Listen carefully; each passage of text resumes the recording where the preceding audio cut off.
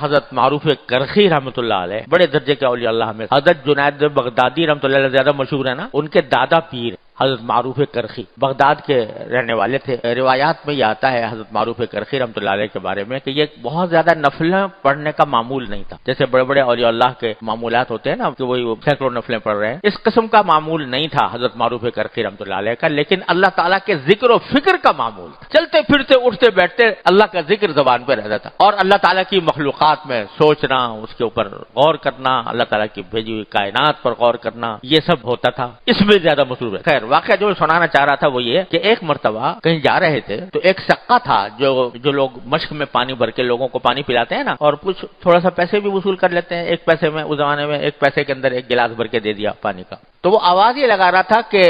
جو بندہ مجھ سے پانی پیے اللہ اس پر رحم کرے، جو بندہ مجھ سے پانی پیے اللہ مجھ پر رحم کرے، جو بندہ مجھ سے پانی پیے اللہ اس پر رحم کرے۔ تو یہ آگے بڑھے، جا کر اس سے کہا چھ دے دو مجھے ایک گلاس پانی کا۔ اس نے پانی دیا اور انہوں نے پی لیا پانی۔ ایک شاگرد ساتھ تھے، انہوں نے کہا حضرت یہ کیا آپ نے کیا؟ آپ تو روزے سے تھے، آپ کا تو روزہ تھا، تو روزے میں پانی کیسے پی لیا؟ تو حضرت معروف کرخی رحمۃ اللہ نے فرمایا کہ بس میرے دل میں یہ داعیہ پیدا ہوا کہ یہ اللہ کا بندہ دعا کر رہا ہے، رحمت کی دعا کر رہا ہے کہ جو بندہ مجھ سے پانی پیے گا اللہ اس پر رحم کرے۔ تو پتہ نہیں اس کی دعا اللہ تعالیٰ کس طرح سن لے، تو میں اس کو جا کر اس سے وہ پانی پیوں گا تو اس کی دعا مجھے لگ جائے گی، دعا مجھے لگ جائے گی، اور دعا لگ گئی تو کچھ پتہ نہیں اللہ تبارک و تعالیٰ کے ہاں مجھ پر کس قسم کی رحمت ہو جائے۔ تو اس لیے میں نے پانی پی لیا، اور میں نے سوچا کہ روزہ تو ایسی چیز ہے، نفلی روزہ ہے،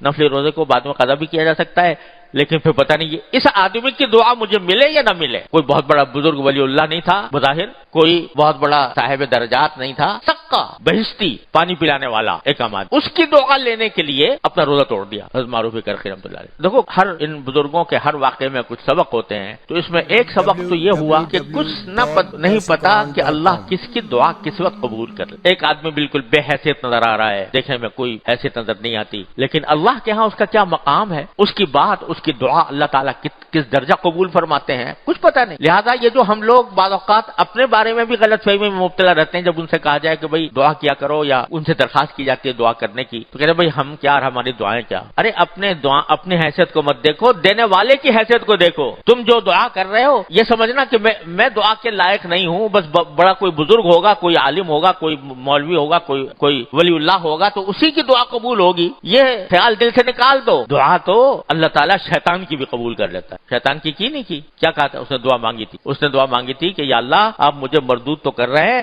لیکن مجھے قیامت تک کے لیے زندگی دے دیجئے کہ پھر میری موت واقع نہ ہو۔ اللہ میں نے اس کی بھی قبول کری۔ تو یہ سمجھنا کہ میں گناہ گار ہوں، خطا کار ہوں، لہذا میری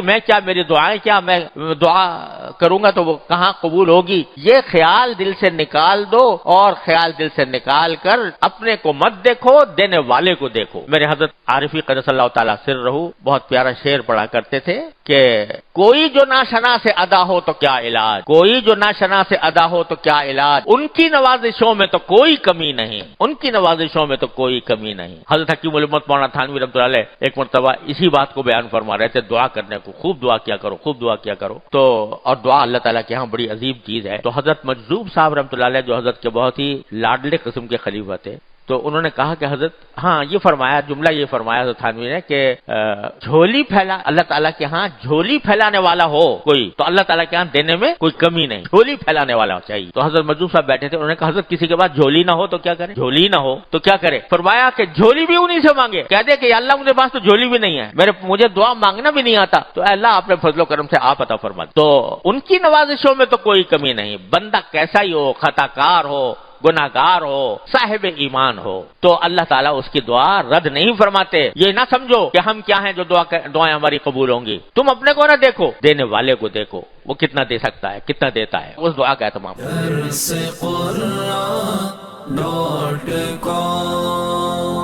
www.darsequran.com